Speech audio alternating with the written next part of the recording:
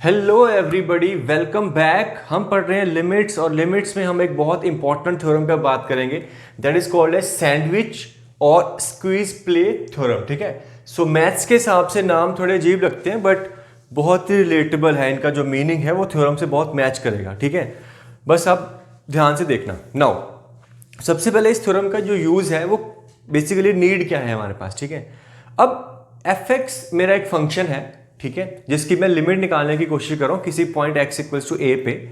और फंक्शन थोड़ा अजीब सा है, अटपटा सा, ऐसा कि मेरा जो कोई भी जो मेथड्स मैंने पढ़े हैं, methods of evaluation of limits में, वो कोई भी काम नहीं कर रहा। ठीक है, फिलहाल के लिए ये सिचुएशन में मैं फंसा हुआ हूं कि एफ एक्स की मैं x इक्वल्स टू ए पे लिमिट निकालने की कोशिश कर रहा हूं। वो मेरे को कोई इनडिटर्मिनेट फॉर्म जरूर दे रहा है, बट मेरा कोई मेथड काम नहीं कर रहा है।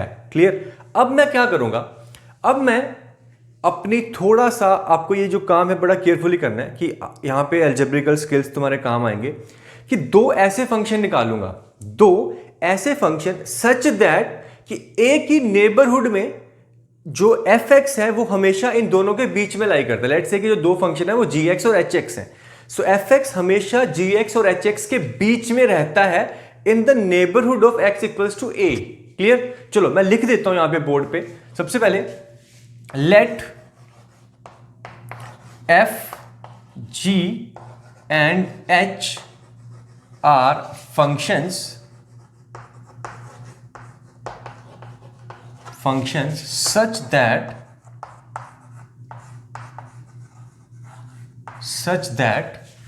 fx is always less than equals to some hx and always greater than equals to some gx for every x in, I can say, neighborhood मैं वर्ड यूज कर रहा हूं, neighbourhood of x equals to A, जिस point पे मैं limit निकालने की कोशिश कर रहा हूं। सो ए की नेबरहुड में f हमेशा इस इनइक्वालिटी को होल्ड करता है। ठीक है, सो f मेरा नो फंक्शन है जिसको मुझे निकालनी है। मुझे ये gx और hx खुद से इससे मैचिंग कुछ ऐसे फंक्शन निकालने हैं। इस चीज का ध्यान में रखता हूं कि इनइक्वालिटी हमेशा वैलिड रहे, और ऑब्वियसली लिमिट निकालने की कोशिश कर रहा हूं तो gx और ऐसे थोड़ा सिंपल फंक्शन भी होने चाहिए कि जिनकी मैं लिमिट भी निकाल भी सकूं, अब gx hx दोनों की लिमिट मुझे पता है, नोन है, यानी कि मैं अब मेरे पास वो प्रॉब्लम नहीं है fx वाली कि इसकी मैं लिमिट नहीं निकाल सकता हूं, इनकी मैं निकाल सकता हूं। ऐसे मुझे दो फंक्शन बनाने हैं, इस इनइक्वालिटी को सेटिस्फाई करना है, और x इक्वल्स टू ए की नेबरहुड में बात कर रहा हूं। ठीक है, अब देखो ध्यान से, अगर इस केस में कि जो लिमिट है gx की, किसकी, gx की लिमिट कुछ l है और एक पे hx की जो लिमिट है वो भी कोई l है, तो क्या ये दोनों स्टेटमेंट से और इस इनइक्वालिटी से क्या ये मैं कह सकता हूं, डज इट इंप्लाइज दैट कि लिमिट जो है f की वो भी l होगी, देखो ध्यान से, ये जो प्रोसेस था, हमने f को स्क्वीज करा between two functions gx and hx, that's why the name is squeeze play theorem. Algebraically थोड़ा ध्यान रखना है इन इक्वेशंस का, कुछ गलत ना स्टेप हो जाए आपका। अब fx हमेशा gx और hx के बीच में रहता है। a पे मैं बात कर रहा हूं, a पे g की लिमिट l है, h की लिमिट l है, तो f की भी डेफिनेटली l ही होनी चाहिए। ठीक है, आई होप कि आपको समझ में आया होगा। नहीं आया तो थोड़ा सा डायग्रामेटिकली देख लेते हैं। डायग्रामेटिकली ऐसा देख लेते हैं, मान लो ये मेरा कोई फंक्शन है f, ठीक है, और ये कोई फंक्शन है hx, ये आपका बीच में फंक्शन hx, और यहां से कोई ऐसा फंक्शन है जो gx है। ठीक है, ये आपका रिक्वायर्ड पॉइंट है x इक्वल्स टू a। अब इस पॉइंट की नेबरहुड में f जो है वो हमेशा बीच में है, किसके, h और g के। सो ये अगर इस पॉइंट पे l को अप्रोच कर रहा है, किसी वैल्यू l को अप्रोच कर रहा है, h g भी l को अप्रोच कर रहा है, तो डेफिनेटली फिर f को भी l को अप्रोच करना होगा। करना पड़ेगा कि नहीं पड़ेगा? अब सैंडविच की बात करते हैं। चलो, एक सैंडविच में क्या होता है, मेरे ऊपर ब्रेड है, नीचे ब्रेड है, बीच में एक चीज का स्लाइस है, ठीक है, मैं बाइट करता हूं, ऊपर वाला ब्रेड कट रहा है, नीचे वाला कट रहा है, तो यार बीच में चीज है वो भी तो कटेगा ना, ठीक है। So this is the logic. देखो ध्यान से, कोई ज्यादा मुश्किल नहीं है। जो मुश्किल काम है इसमें, मतलब लॉजिकली सब कुछ क्लियर है, बट जो इंपॉर्टेंट काम है करने वाला वो ये है, ये स्क्वीज प्ले वाला काम, ठीक है। आपको F को G और H के बीच में जब स्क्वीज करना है तो बेसिकली G और H मुझे खुद से अभी डिजाइन करने हैं ये फंक्शंस। F को ध्यान में रखते हुए कि F हमेशा इन दोनों के बीच में रहे, और G और H ऐसे फंक्शंस जिनकी मैं लिमिट इवैल्यूएट कर पाऊं। और अगर उसके बाद अगर दोनों इंडिविजुअली L को अप्रोच कर रहे हैं तो फिर डेफिनेटली F भी L को ही अप्रोच करेगा। Clear? This is the sandwich theorem. I hope कि आपको डेफिनेशन या इसकी जो लॉजिक चीजें वो क्लियर होगी होंगी। मैं जल्दी से एक एग्जांपल लेता हूं, फिर एग्जांपल से आपको ज्यादा क्लैरिटी मिल जाएगी, ठीक है। सो वेट फॉर दैट। ओके, सो ये एग्जांपल देखो जल्दी से, सैंडविच थ्योरम पे बेस्ड, ठीक है। इट सेज फॉर एग्जांपल मुझे लिमिट निकालनी है, limit x approaching to 0 x square into sine of 2 upon x, sine of 2 upon x. देखो ध्यान से, अब x जब 0 को अप्रोच कर रहा है तो x स्क्वायर ऑब्वियसली 0 को अप्रोच कर रहा है, sine 2 upon x, 2 upon x क्या होगा? इन्फिनिटी।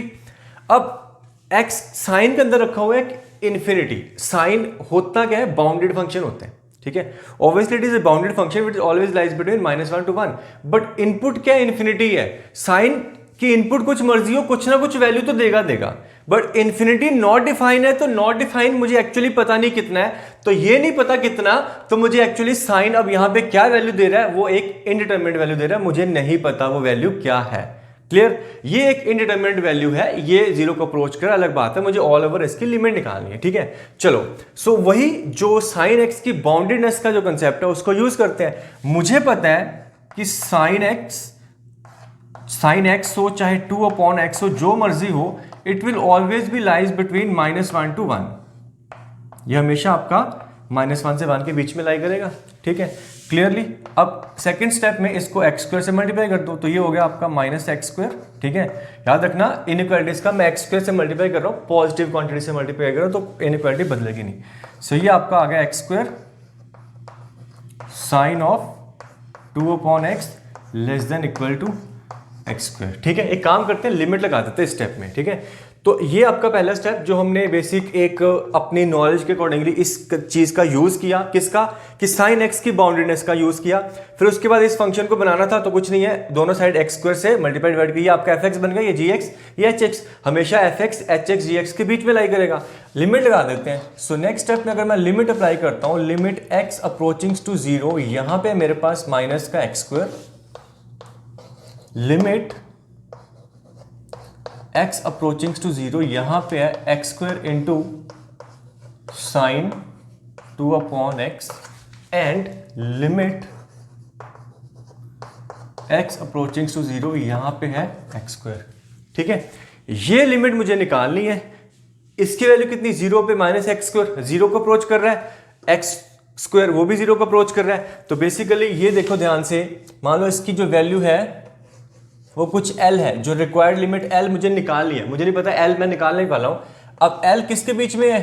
0 और 0 के बीच में, तो L 0 और 0 के बीच में है, तो फिर L भी 0 ही होगा। Clearly it does implies that L will be equals to 0। So इस फंक्शन की जो लिमिट है x इक्वल्स टू 0 पे, वो भी 0 ही है, ठीक है। सो ये सिंपल सा एग्जाम्पल था। इसमें क्या चीजें देखी हमने? जैसे मैंने बोला, दो काम है, एक तो स्क्वीज प्ले करने वाला काम है कि आपको एफ एक्स को एच और जी के बीच में स्क्वीज करना है। देन सैंडविच तो नाम से था लॉजिकली, तो वो आपको क्लियर ही है। सैंडविच का काम यहां से आता है कि अगर एल 0 और 0 के बीच में है तो फिर एल भी 0 ही होगा, ठीक है। वही है, दो ब्रेड्स के बीच में चीज को तो फिर कटना ही कटना है बेचारे को। क्लियर? चलो आगे बढ़ते हैं, एक और छोटा सा एग्जाम्पल लेते हैं,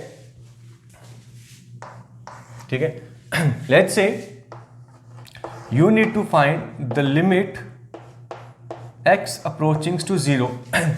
यहां पे मेरे पास x upon a gent of sum b upon x, ठीक है। x upon a gent of b upon x। so बस यहाँ पे एक चीज़ है कि a is not equals to 0, ठीक है, यहाँ पे वेरिएबल मैं ले रहा हूँ तो इसलिए। अब इसकी लिमिट निकालनी है। x अपॉन ए मुझे दिख रहा है कि ये किसको अप्रोच कर रहा है, 0 को अप्रोच कर रहा है। ये b अपॉन एक्स, एक्स 0 हो जाएगा तो ये कितना आ जाएगा, इन्फिनिटी। बॉक्स के अंदर, किसके अंदर, जेंट के अंदर इन्फिनिटी है। So basically 0 into infinity form है, इनडिटर्मिनेट फॉर्म है, तो लिमिट कैसे निकाली जाए, ठीक है। तुम सोचो कि अगर यहाँ पे कुछ सैंडविच थ्योरम अप्लाई होनी है तो मुझे क्या चाहिए, ऐसा फंक्शन जिसके बीच में ये फंक्शन लाई करता है। और यहां पे एक रखा हुआ क्या, greatest integer function. Greatest integer function की एक प्रॉपर्टी याद करो जल्दी से, ठीक है। ग्रेटेस्ट इंटीजर ऑफ एक्स की जो प्रॉपर्टी है, it says it is always less than equals to x and always greater than x minus 1। याद है, ग्रेटेस्ट इंटीजर फंक्शन, अगर मैं 2.2 की बात कर रहा हूं तो जेंट ऑफ 2 क्या होता है, 2 के इक्वल होता है। अगर ये इंटीजर होता तो ये इधर से इक्वालिटी आ जाती।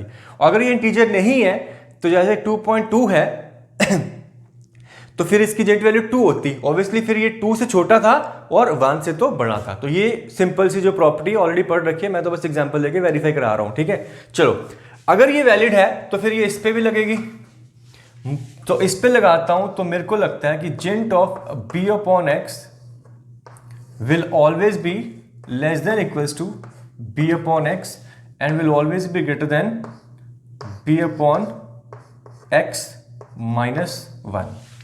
b upon x minus 1। अगले स्टेप में मैं a upon x से दोनों साइड मल्टीप्लाई कर देता हूं। सो a upon x से मल्टीप्लाई करता हूं दोनों साइड, सो ये आ जाएगा a upon x multiplied by b upon x minus 1 greater than,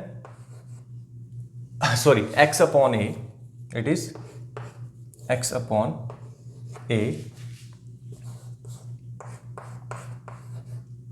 box b upon x less than equals to x upon a and b upon x, ठीक है। एक तो अब थोड़ा सा सिंप्लीफाई करते हैं, ठीक है, अगले स्टेप में।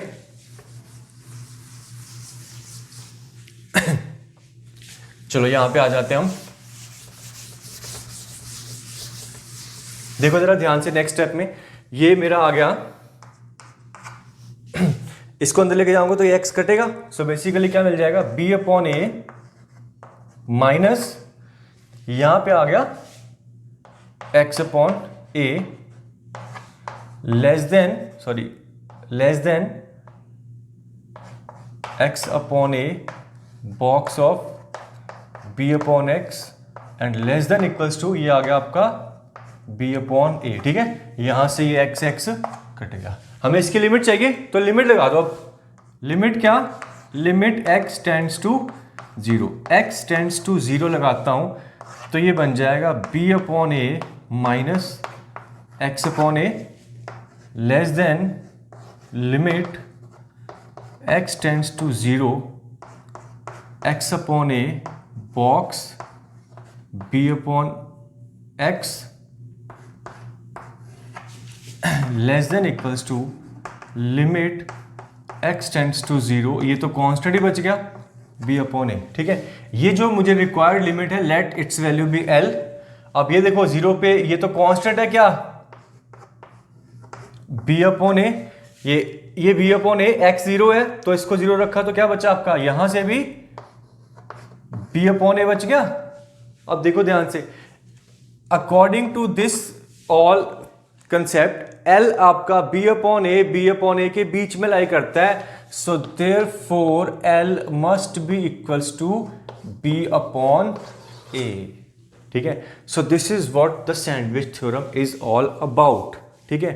फिर बोल रहा हूं इंपॉर्टेंट पार्ट रहेगा आपका ये स्क्वीज करने वाला, इसको ध्यान से करना, थोड़ा एल्जेब्रिकल इनइक्वालिटीज पे आपको नॉलेज होनी चाहिए और फंक्शन जो रिक्वायर्ड गिवन होगा उसके बारे में भी नॉलेज होनी चाहिए। जैसे कि पहले एग्जांपल में साइन एक बाउंडेड फंक्शन होता है -1 से 1 में, ये आपको पता होना चाहिए था। यहाँ पे ये जेंट एक्स की जो प्रॉपर्टी काम आई कि जेंट एक्स हमेशा x और x माइनस के 1 के बीच में है, ये आपको पता होना चाहिए। उसके बाद फिर हमने थोड़ा सिंपल अपने जो इनइक्वालिटी पे ध्यान दिया उसको करना है और बाकी कोई टेंशन नहीं है, ठीक है। अच्छा, यहाँ पे थोड़ा सा हमें केयरफुल रहने की जरूरत थी कि हम x अपॉन a से मल्टीप्लाई कर रहे थे तो इनइक्वालिटी चेंज हो भी सकती थी, नहीं भी हो सकती, हो भी रही है नहीं भी हो रही है, फर्क तो कोई नहीं पड़ रहा। अगर ये बदल भी जाती तब भी आपका ये l b अपॉन a के बीच में आना था, चाहे इधर से आए चाहे इधर से आए, ठीक है। सो वो कोई टेंशन नहीं, अगर कोई प्रॉब्लम होगी तो फिर भी आई सजेस्ट कि बी केयरफुल रिगार्डिंग मिक्स। चलो मैं एक आधा एग्जाम्पल और देता हूं, फिर हम थोड़ा देखते हैं कि और क्या क्या हमारे सामने आ सकता है। क्लियर, नोट करो इसको।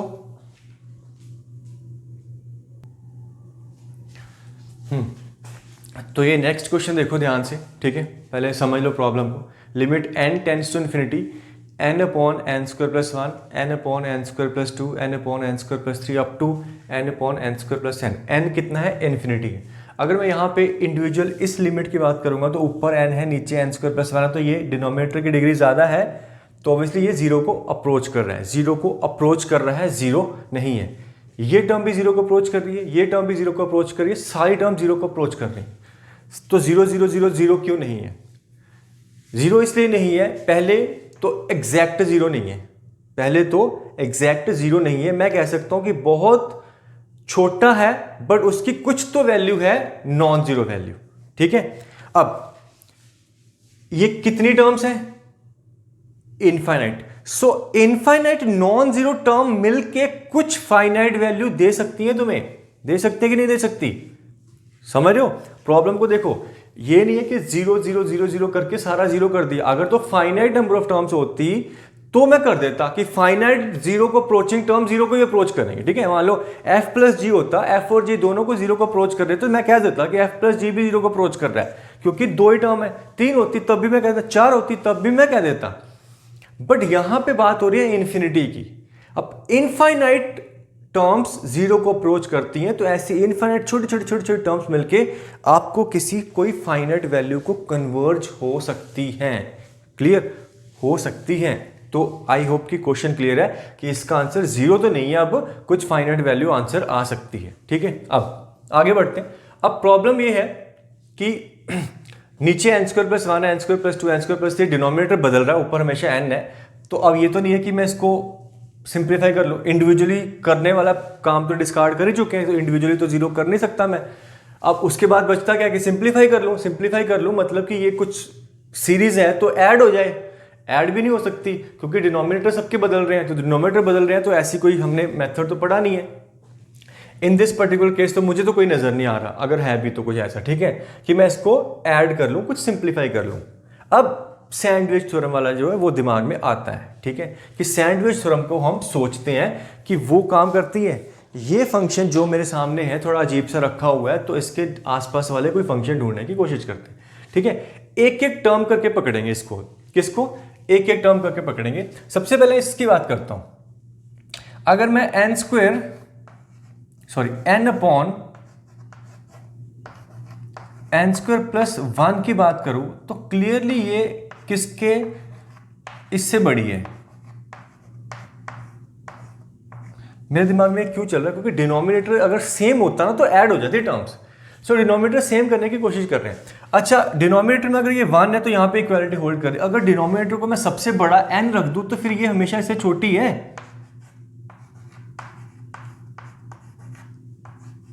सही है, ये टर्म इससे बड़ी है, खुद से बड़ी है या फिर इक्वल है बेसिकली, और इससे तो छोटी होगी ना। देखो ऊपर n सब जगह सेम है, डिनोमिनेटर में इधर n स्क्वायर प्लस 1 है, n स्क्वायर प्लस 1 है, यही तो वेरिएबल है तो चेंज हो रहा है। ये वाली टर्म पॉइंट, ये जो यहाँ पे जो नंबर आ रहा है 1 2 3 4, अगर ये सबसे बड़ा कर दूं तो फिर ये इससे छोटा है, सबसे छोटा कर दूं तो इक्वल आ रहा है इस केस में। सिमिलरली दूसरी टर्म के लिए अगर मैं देखूं कि n upon N square plus 2, ये बड़ा किससे है?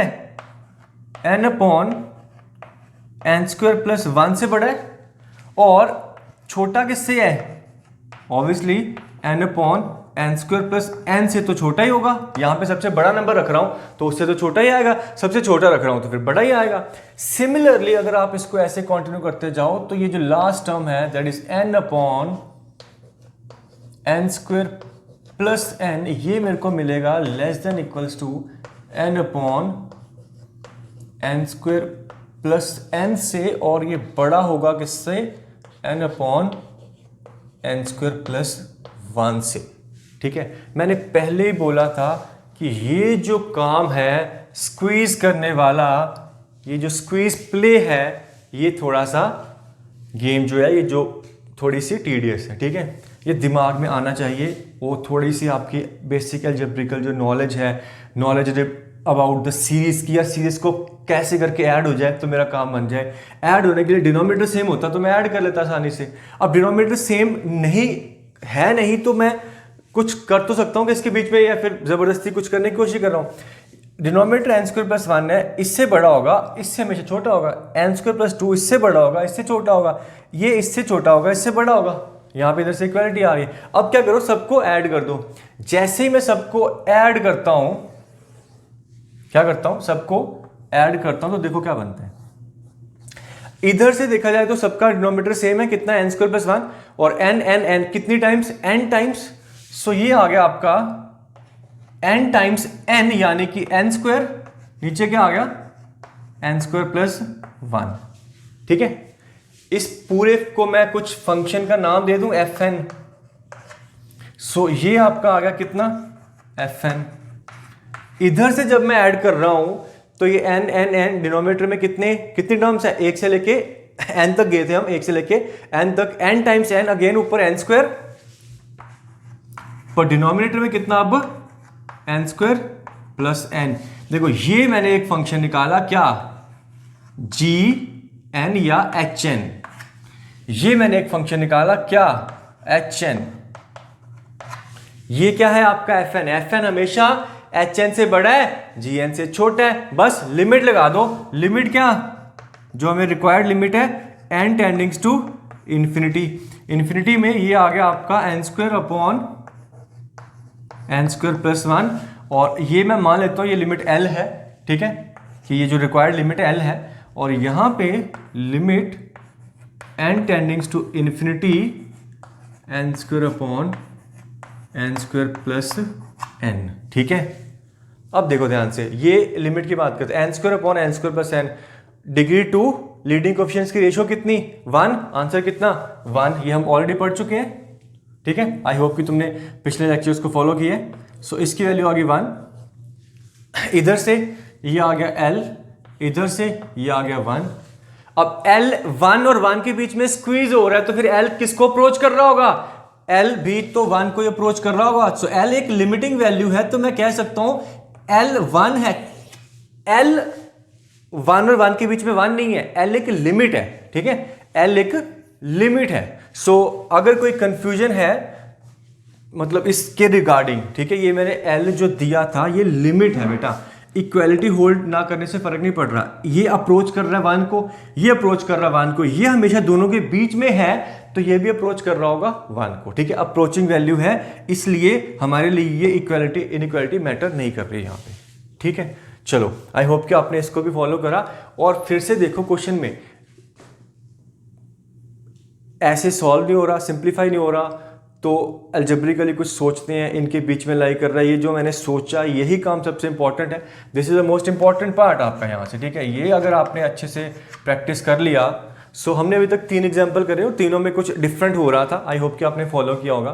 देखो बहुत ज़्यादा कोई बहुत वैरायटी ऑफ क्वेश्चंस नहीं बनते हैं इस पर, बट हाँ एक अच्छा कंसेप्ट है जो आपको यहाँ पे भी हेल्प कर रहा है और आगे भी कुछ टिपिकल क्वेश्चंस में हेल्प कर सकेगा। टिपिकल क्या, अब इसका हम यूज़ करेंगे एक इंपॉर्टेंट रिजल्ट को ड्राइव करने के, दैट इज ट्रिग्नोमेट्रिक जो लिमिट्स है ना, उनके जो फॉर्मूला है उसको ड्राइव करेंगे with the help of this sandwich theorem, ठीक है। चलो, ये आई थिंक ये क्लियर हो गया हमारी सैंडविच थ्योरम। इसके रिगार्डिंग कुछ क्वेश्चंस आपको डीपी में मिलेंगे, उसको ट्राई करना और फिर डाउट पूछना, वो अगर होगा तो। जेईई मेंस में एक बार इसका क्वेश्चन आया था, सिंपल सा क्वेश्चन था, वो ग्रेटेस्ट इंटीजर वाले पे था और सेम प्रॉपर्टी जो हमने आज पढ़ी वही प्रॉपर्टी एक बार लग रही थी। क्लियर। सो आगे हम करेंगे क्या, ट्रिग्नोमेट्रिक लिमिट्स, उसको ड्राइव करेंगे with help of this sandwich theorem. फिर उस पर कुछ काफ़ी इंटरेस्टिंग और बहुत सारे क्वेश्चंस आपका एक खुल जाएगा, एक पिटारा खुल जाएगा क्वेश्चंस का एकदम से। किसके बाद, ट्रिग्नोमेट्रिक लिमिट्स के बाद। चलो, सो मिलते हैं जल्दी ट्रिग्नोमेट्रिक लिमिट्स के साथ।